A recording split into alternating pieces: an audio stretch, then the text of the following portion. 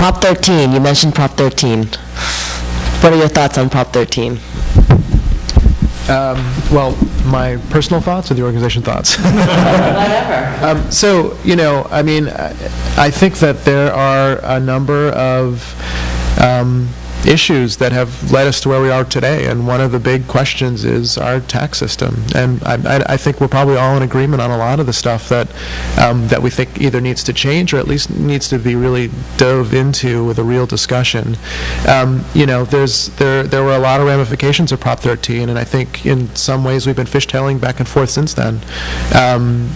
And, regardless of if you think you need to change taxes or not, because we talk to people that believe the tax vote needs to be changed, and we talk to people that believe that it doesn't, we really believe that you aren't going to have a successful conversation at the state level on how you fund and prioritize programs until you build the trust in the state government. And that's kind of what I said before, and I still think I think that's extremely important.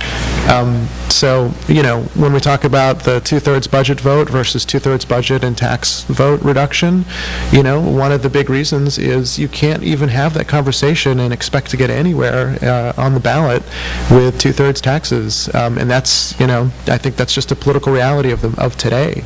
I mean, there was a poll that was done that came out 2 days ago that said that the legislature is at a 13% approval rating. That's not trust in government. That's a historically low number. I don't think it's ever been that low. So that, so the question on 13 is a really good one, and I have a lot of my own personal thoughts. Organizationally, we haven't dove into the revenue side yet, so I couldn't really speak for the organization on that, but that's a part of what's to come. For us and the proposals that we're putting forward, we think that you have to stop the madness right now, and one of the big places that you do that is with the budget process. If you talk to anybody on the streets of California and you say, what's going on in the state legislature, they would tell you that there's budget stalemates and that, the state's giving out IOUs. I mean, it's the kind of thing that everybody knows, and that goes a long way towards eroding any kind of trust that exists. So I mean, I think there's a lot of very difficult questions and conversations that need to be had in the state, and I think that a lot of that isn't going to get any airtime until we fix this budget process. So if you look at the last 18 months, there's a ton of really important stuff that never got any public attention. I mean, you hear a lot about water right now, but there's been stuff happening, for months and months and months that the legislature wasn't able to really address because they were caught in the budget fiasco. So there's a lot of things I could say around the moment and how it relates to Prop 13, but I think that pretty much gets at some of my early thoughts. I think we need to make it very clear at the outset that we're having two conversations here. We're having a conversation about the types of reforms that we want to see, and that would be Prop 13 reform and all the other reforms. And then there's the process question. How do we get there? Our job at the Bay Area Council is not to promote reforms. Our job is to put in place the process to get us the reforms. That's what we're trying to do, is to build a constitutional convention process that can get us those reforms. We have our own ideas, and we're a policy organization, so we've taken positions that we can't run away from or hide from. But it's not our job to promote those policies or those ideas within a constitutional convention. We are just trying to put in place a transparent working process that can get us those reforms. I like to say we're trying to create a process that everybody can see into but nobody can reach into and move the pieces around. A constitutional convention differs from the initiative process in a number of ways, and I'll briefly explain why we think the constitutional convention can get us Prop 13 reforms, can get us term limit reforms in a way that the initiative process can't. If you look at Prop 13 right now, everybody, and I've had this conversation with earnest Republicans as well, they understand that Prop 13 is fatally flawed. The average person on the street thinks that Prop 13 is about protecting seniors, whereas in fact it's about so much more, and it is so damaging to the state in so many different ways that the unintended consequences of that initiative are reach far beyond seniors. But you try to reform Prop 13 through the initiative process, you die day one. Nobody will give a dime to an initiative process that reforms Prop 13. It will not happen. You can't have that conversation through a 2-week campaign where the Howard Jarvis folks throw their millions at it and the anti-Prop 13 folks throw their millions at it. You lose. Prop 13 polls at 70% plus still. Within a constitutional convention context, you have a 6-month conversation with a group of Californians who probably, when they enter the room, have that same 70% approval rating for Prop 13 because they think it's about protecting seniors. But through the 6-month process of discussing Prop 13 and becoming educated about it, understanding the ramifications, understanding that it handcuffs their local school districts, understanding that it has turned California into a land of strip malls because local government doesn't want to build housing. They only want to build sales tax revenue generating structures. And all the many things that Prop 13 has done to the state, you can have that conversation in a constitutional convention over months that the people will be watching on their televisions, they'll be watching on the internet, and they'll be going, oh yeah, I didn't know that about Prop 13. Well, who knew? And at the end of that, when the convention decides, well, we think we need to say perhaps let's grandfather in, no pun intended, the seniors who we want to protect in their homes, but let's reform these other parts of Prop 13 that are flawed, that we really understand now 30 years hence have damaged California. The 2/3 vote and the budget being another one.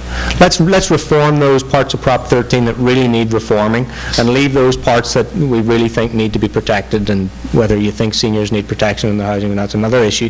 But it polls so well, we probably think a convention would do something along those lines. But that's the process we think that is the only process that can get us to Prop 13 reform.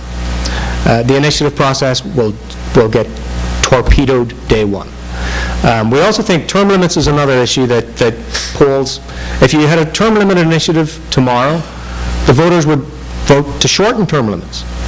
I mean, and anybody who has spent any time in Sacramento, and Fiona will attest to this, will understand that it's the worst thing that has happened to the Capitol ever. I was a Capitol staffer many years ago, and I've worked as a lobbyist in Sacramento, and I've watched how that building has changed. You have freshman legislators chairing committees. They're being led around by the nose by lobbyists, being shown where the bathrooms are. And there's no institutional knowledge, there are no relationships that have been built over years, and there's no ability within the legislative body to fight the entrenched interests.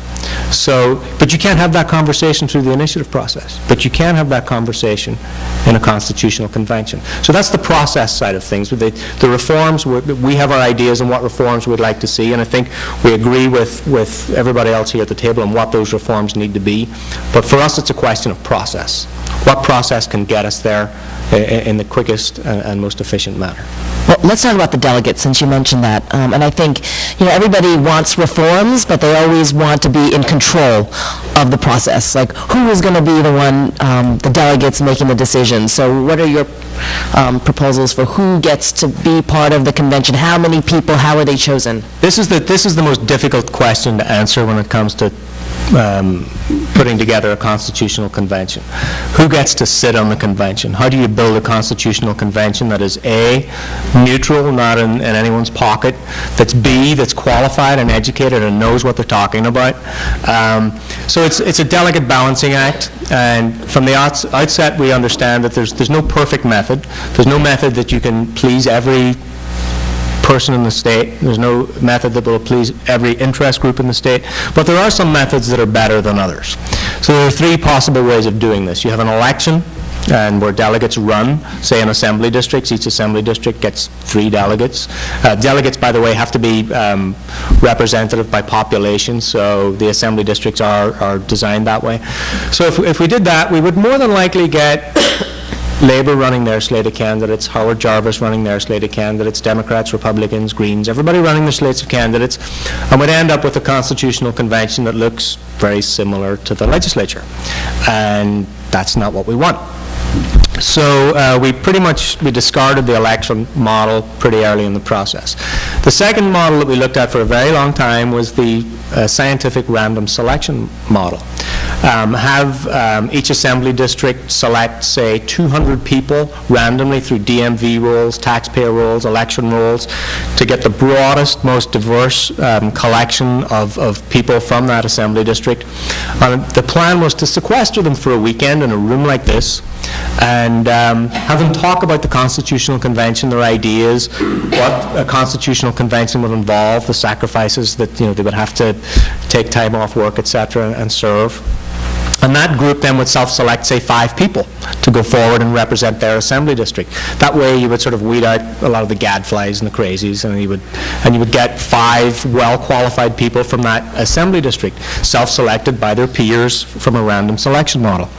And the third selection model is an appointment model. Have each county council appoint one conventioner to represent their county, and then for each, and then insert number here, each additional number of residents would get an additional conventioner. And the process that we'd put together for that would be to have the county council appoint a commission, an independent commission, who would do the selecting. And it would be kind of a I would imagine a Senate confirmation hearing type process, where the people would come and say, I want to be a delegate, and here's why, and they would be put through a process of questions, etc., and then the commission would select that county's delegate or delegates. That way you get, the beauty of that particular process is you get a lot of expertise, you get a lot of very qualified people, a lot of people who won't need to be brought up to speed on the issues of the day, the issues that are facing California. But it also, the drawbacks of that particular model, it's not as democratic as the random selection model. It's a lot of the usual faces doing the selecting. So we're looking currently at a hybrid model.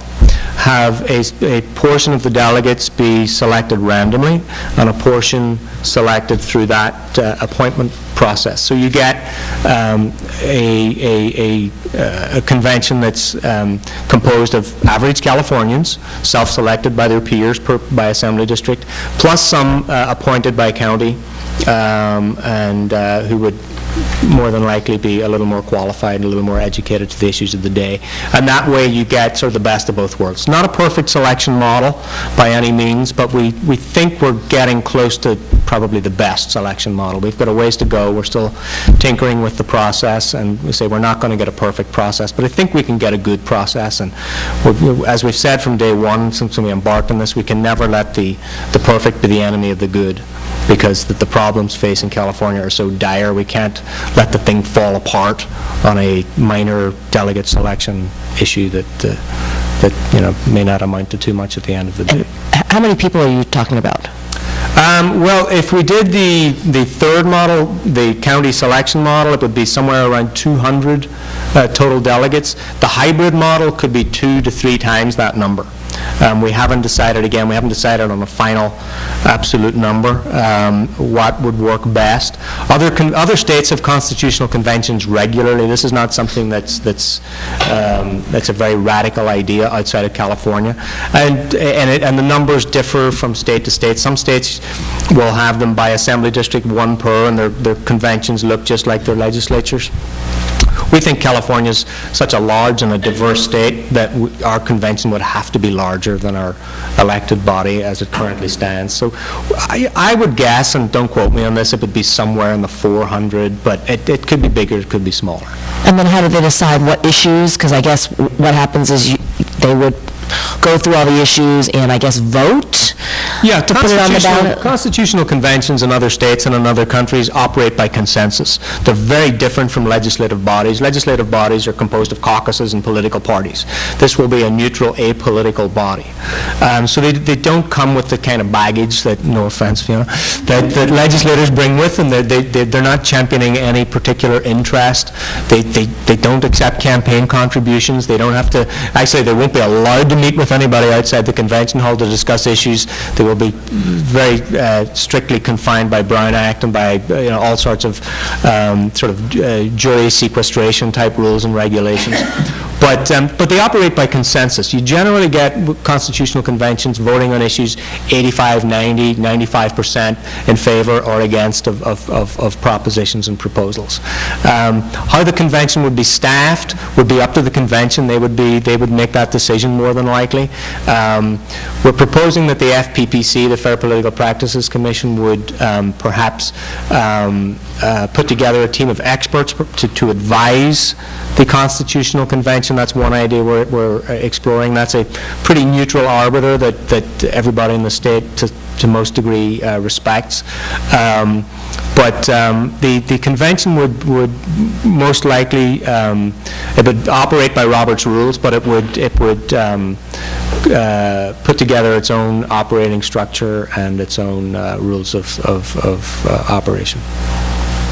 So one of the concerns this past May, we had a bunch of initiatives, and sometimes when you put too many ideas in one idea, all you need is one group to come out and attack it, and then that kind of, sets the tone for the whole thing. So how many different ideas do you propose, or are there going to be different initiatives, or like 10 initiatives in one ballot? California has a single issue rule for initiatives. You can only put one idea per initiative.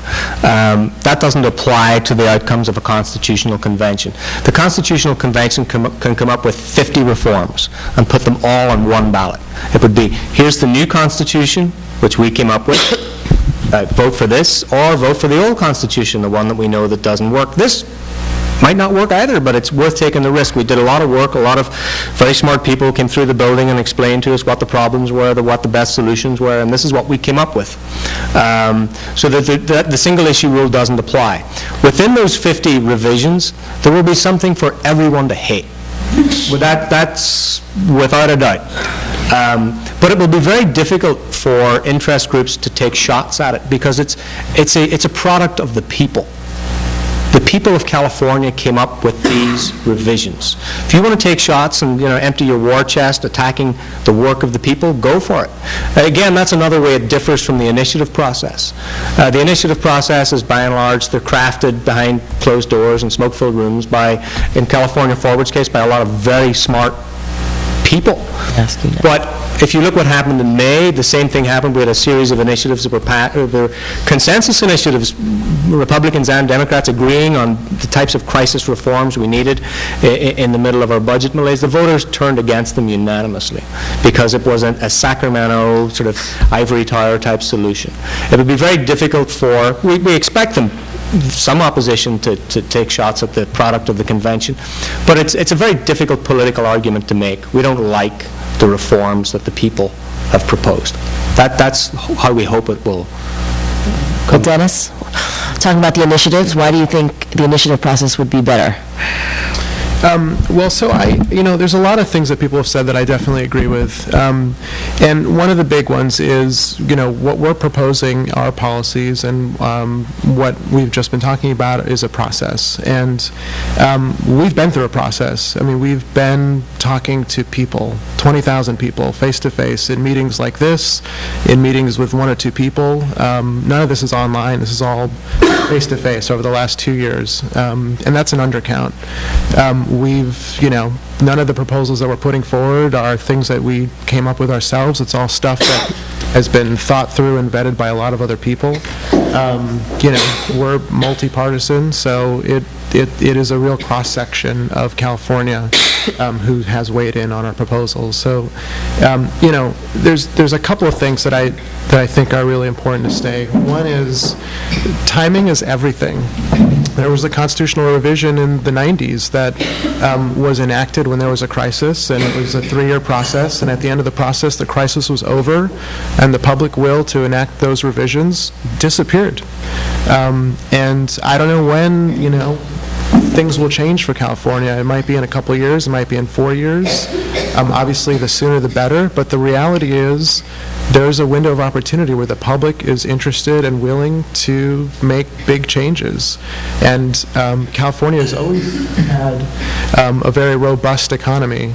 and we still do. And at some point in time in the near future, we'll be, the state coffers will be full again, and folks are not going to be as interested as they are now in making big reforms. So the way that I see it, and I think the way that California Forward sees it, is it's not an either or, right?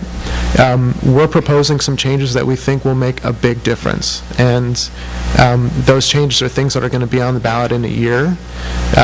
My guess is things aren't going to turn around in the state, unfortunately, which probably means that people are still going to be really interested in seeing some reforms. So, I think just a question that I have personally when I think about a constitutional convention is, what is the state going to look like in 2 years or in 3 years, number one? And number two, if you have a package of a number of different reforms, even if it's on one vote, I'm not sure how people are going to take it if they're not ready for a big change. So there's a lot of questions I think that people have.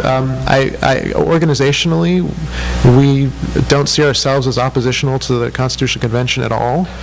It's a separate process, and it may very well be a great one, or it may be a Hail Mary pass. But if you're in a game and you can throw your Hail Mary pass and you can run another play at the same time, then why don't you do both? So there's no moderator, so I want to say ditto to that. We're on the same team. This is the reform team you're looking at up here, and the status quo team is somewhere else. We all agree on the changes that are needed and the types of reforms that are needed, largely, not on a lot of the specifics and the details, just to say we have process differences, and we work with California Forward every day on making sure we're not stepping on each other's toes, and the two processes are complementary. We both go to the ballot in November of next year. California Forward, presumably with their first slate of reforms, and us with our Prop 1A and Prop 1B. And I would envisage, and I don't know, if California Forward's right and the initiative process is the way forward, and they lead with 4 or 5 initiatives next November, and they all pass overwhelmingly, and the voters have shown an appetite for change, and that the initiative process is the way they want to do it, I would see that we would seed the field and go, good on you guys, you were right, we were wrong. But I don't want to put all the eggs in that basket. If California Forward lead with their best 3, 4, 5 initiatives and lose, then the Constitutional Convention is our last best hope. So both initiative processes, both reform processes need to go forward hand in hand. I would just add to that, the Courage Campaign agrees with both of these guys that we do need a constitutional convention. We also need a triage for the state of California, right? We need to get the right things on the ballot in 2010 to deal with the 2/3 rule. That needs to go. We need to look at ways of putting initiative reform on that ballot. We need to try to put as many different things on that ballot as we can, and try again in 2012 if necessary. But the Constitutional Convention, one of the reasons we find it so valuable is, as Matt said, it's a way for people of California to see a product of the people. And it's worth keeping in mind that that's not the only set of constitutional reforms we're going to see. There are special interests in this state that are not holding public discussions like this, that are not holding public forums. They're just going to write their own initiatives and put it on the ballot and assume that that's how things are going to change. Constitutional change in California will happen. Anytime you have an economic crisis this severe, a political crisis this severe, the current system cannot continue and it will not continue. And we believe that the best way to produce positive change that people of California can actually participate in making and approving, is through a constitutional convention process. That's not the only way. Again, if there are very good initiatives on the ballot next year, we ought to support them. Here's a question from Dan. With the random selection model, how do you avoid self-selecting the people who have the most time on their hands? The senior, the wealthy, avoiding those people who would be least likely to be able to attend even if selected. Delegates will be randomly, if we use the random selection model, will be randomly selected from, say, DMV rolls, voter registration rolls, taxpayer rolls, so that we're reaching the broadest base of people as possible. Delegates will be paid a legislator's salary, because they will be doing legislators' work. How much do you get paid, Fiona? They keep cutting our pay. Well, by the time we have a constitutional convention, it'll be $50 a week. But anyway, so it will be open to all Californians. We do not want this to be a convention where the idle rich are the only folks who can afford to participate. Conventioneers will be paid a very generous salary and will be given job protection, much like jury participants are, and heaven help any employer who fires someone who's participating in the Constitutional Convention. That would not be good for product sales. So, Really? Are they going to have job protection? yeah. And how is that guaranteed? It'll be done, I presume, the same way that jury job protection processes are put in place. And where does the pay come from? Well, that's another good question. Who pays for a constitutional convention? The last major big state to have a constitutional convention was Illinois, and I think 2008, and their bill came to $23 million for the convention. California is much bigger, and we expect that our convention will last longer. Our top dollar estimate is $80 million, and that would come out of the general fund, and everybody goes, $80 million. If you look at what 1 day of budget delay costs the state, 1 day, budget being late 1 day, is $40 million. The last budget delay cost $9 billion. If we can fix that one problem alone, through a constitutional convention, people will not be asking if $80 million was too much to spend. Okay. Joe and Alan, please address the newly released field poll, which showed lack of support for many of the essential fiscal reforms. I'd be happy to take that one. I wrote about it in Calitics this morning, as did Brian. The people of California do not right now, they're not where we want them to be. According to the polls. Now, that doesn't mean you don't go out there and lead for change. What we need is a clear vision of how to fix California, how to renew the California dream. This dream, when I was born and raised here in California, the dream that you're taught you're going to inherit. Or if you move to California, the dream you think you're moving here to live. And you get here, and it's not like that at all. California's a broken state. It just doesn't work anymore. The way we fix these problems isn't by looking at a poll and saying, doesn't look good for us right now. You look at that poll and say, okay, this is where we need to go. These structural reforms need to be part of a broader vision for California. We need to show Californians that the two-thirds rule is what stands between them and universal health care. It's what stands between them and a working educational system. It's what stands between their children and a good college education. It's what stands between them and getting out of that damn traffic on whether it's 101 or the 405 or wherever it is in the state you're in. We need to change how we talk about structural problems in this state. I think we all here can talk about the structural problems that need to be fixed, and I've been doing that, for the last year and a half. And what I've come to learn is that you're never going to get Californians to support fixing these structural change by talking about the need to do structural change. I think we need to unfold that within a larger vision for where we take the state. I look at healthcare for an example. Very few Americans, maybe very few of us who are more politically engaged, knew what some of you may have known filibuster was. Very few people may have known what reconciliation is in the Senate. A lot of people know what reconciliation in the U.S. Senate is, where you can pass a budget bill by a simple majority getting around the cloture rule. People know now how the U.S. Senate works and how it fails to work because they really desperately want health care reform to pass. We need to create that same desire in the people of California. We need to get them to desperately want a state that works again. And I think that desire is there. If you look at the field poll, one of the things that stood out to me wasn't the fact that they're not quite where I want them to be on two-thirds rule for revenue. What stood out to me is they want change. And they need to see that they can accomplish change, that change can be done in a way that will give them the things they want. They want universal health care. They want jobs. They want education. Right? They want to make sure that their parents are going to be taken care of when they're old, that their children will be taken care of when they're young, that they'll be taken care of if they get sick. That's how we need to produce a structural change, by showing Californians that the broken system in their state is what stands between them and their dreams. If you look at, a poll question is like an initiative question.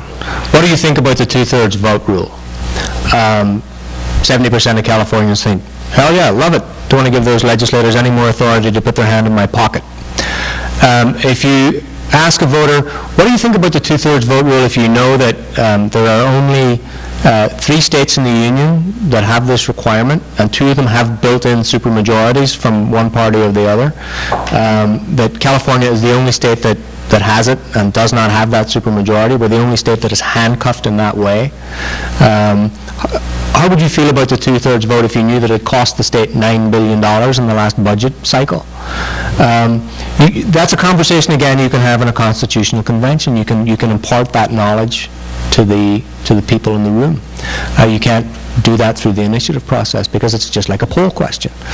So as Robert quite correctly pointed out, the people are speaking from a position of great ignorance in large part. They don't understand a lot of the ramifications of the initiatives that they've passed. Initiatives, by and large, are knee-jerk, short-sighted, short-minded responses to situational happenings in California. You know, you have a terrible crime in the papers, and then everybody's shocked, and you get a 3 strikes law the next year that has filled our prisons beyond bursting point. So the initiative process, we know, has many flaws, and it's a very blunt tool in a lot of ways. But a constitutional convention, we think, can get to a lot of these dicey, difficult problems and get us and have educated, honest discussions and get us the types of reforms that we need. So. So I have a question. Sure.